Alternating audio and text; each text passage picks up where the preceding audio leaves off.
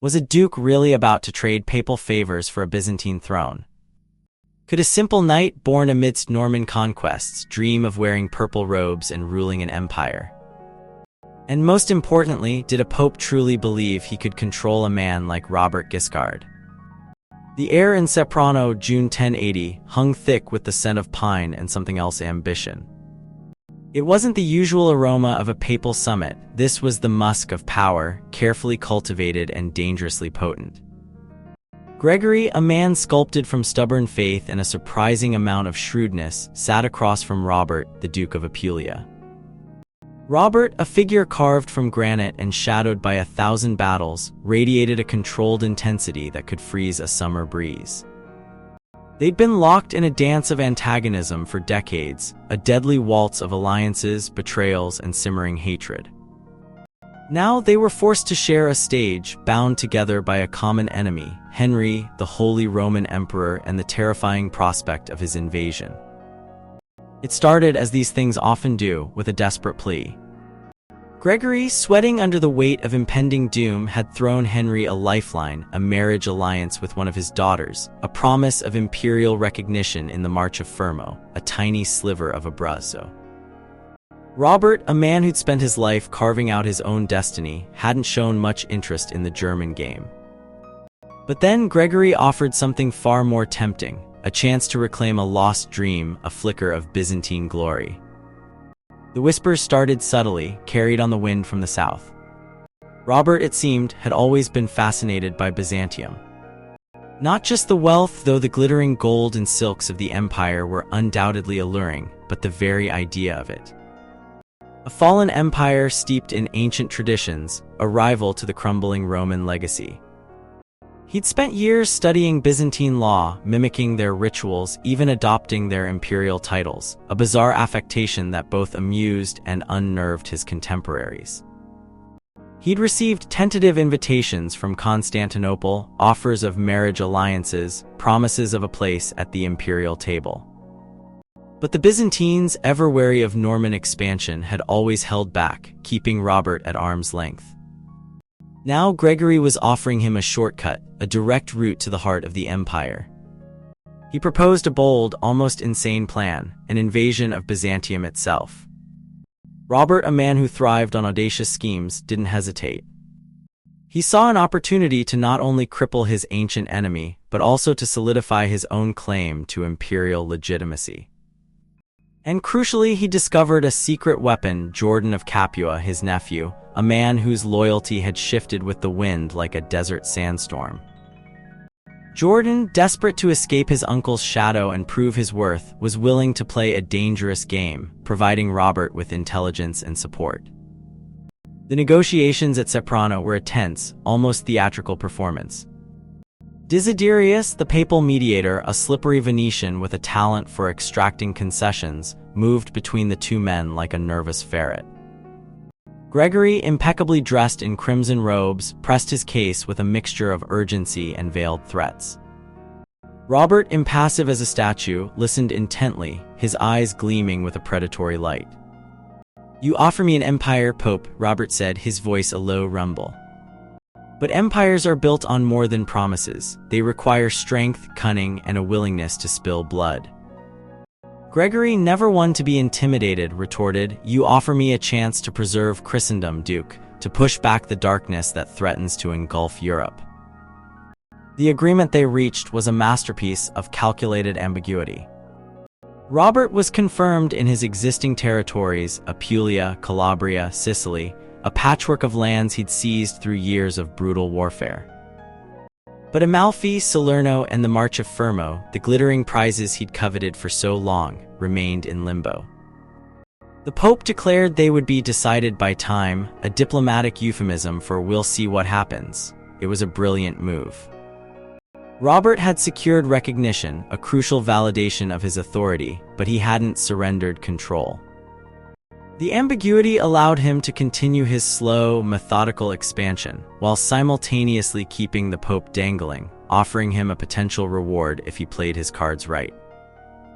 Meanwhile, across the Adriatic, Abelard, Geoffrey of Conversano, Robert of Montescaglioso, Pierre, and Ami of Giovannes, the usual suspects were stirring the pot in Apulia. These were the barons, the disgruntled nobles who chafed under Robert's rule, resentful of his extravagant lifestyle and his tendency to impose his will on them. They'd initially allied with Robert, hoping to capitalize on his rising power, but his marriage to Sicilgata, a woman of formidable ambition and even more formidable wealth, had only fueled their discontent. Robert, they felt, was becoming a despot, abandoning the traditional feudal system of mutual obligations in favor of a ruthless pursuit of personal glory. The spark that ignited the rebellion was a seemingly minor incident, a lavish bridal gift demanded for Robert's daughter's wedding. The barons, already simmering with resentment, saw it as a blatant attempt to exploit their loyalty, a blatant display of self-importance. Robert, fueled by his newfound confidence and the Pope's tacit approval, responded with swift and brutal force, arresting several of the ringleaders and confiscating their estates. Jordan, ever opportunistic, seized the moment. He abandoned his alliance with Gregory and threw his support to the rebels, providing them with funds and supplies. The rebellion quickly gained momentum, spreading like wildfire through the countryside. Trani, Bisegli, Corrado, Andria, once loyal strongholds of Robert's authority, declared their allegiance to the rebels. Even Bari, a city that had previously been a staunch supporter of Robert, succumbed to the rebellion when Argyrizos, a former Guiscard lieutenant, married his daughter and rallied the city's defenders. Robert, however, was not one to be easily deterred. He responded with a calculated counterattack, focusing on reducing the rebel strongholds in Calabria, where he had more loyal barons. He dispatched his forces, led by his trusted commanders, to crush the rebellion, leaving Sicilgata to oversee the siege of Trani, a strategically important city that controlled access to the Adriatic. The siege of Trani was a testament to Robert's military prowess. Sicilgata, a formidable warrior in her own right, personally led the assault, inspiring her troops with her courage and determination.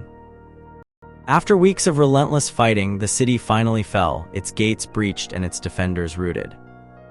As Robert consolidated his control over Calabria, Jordan's fortunes began to decline.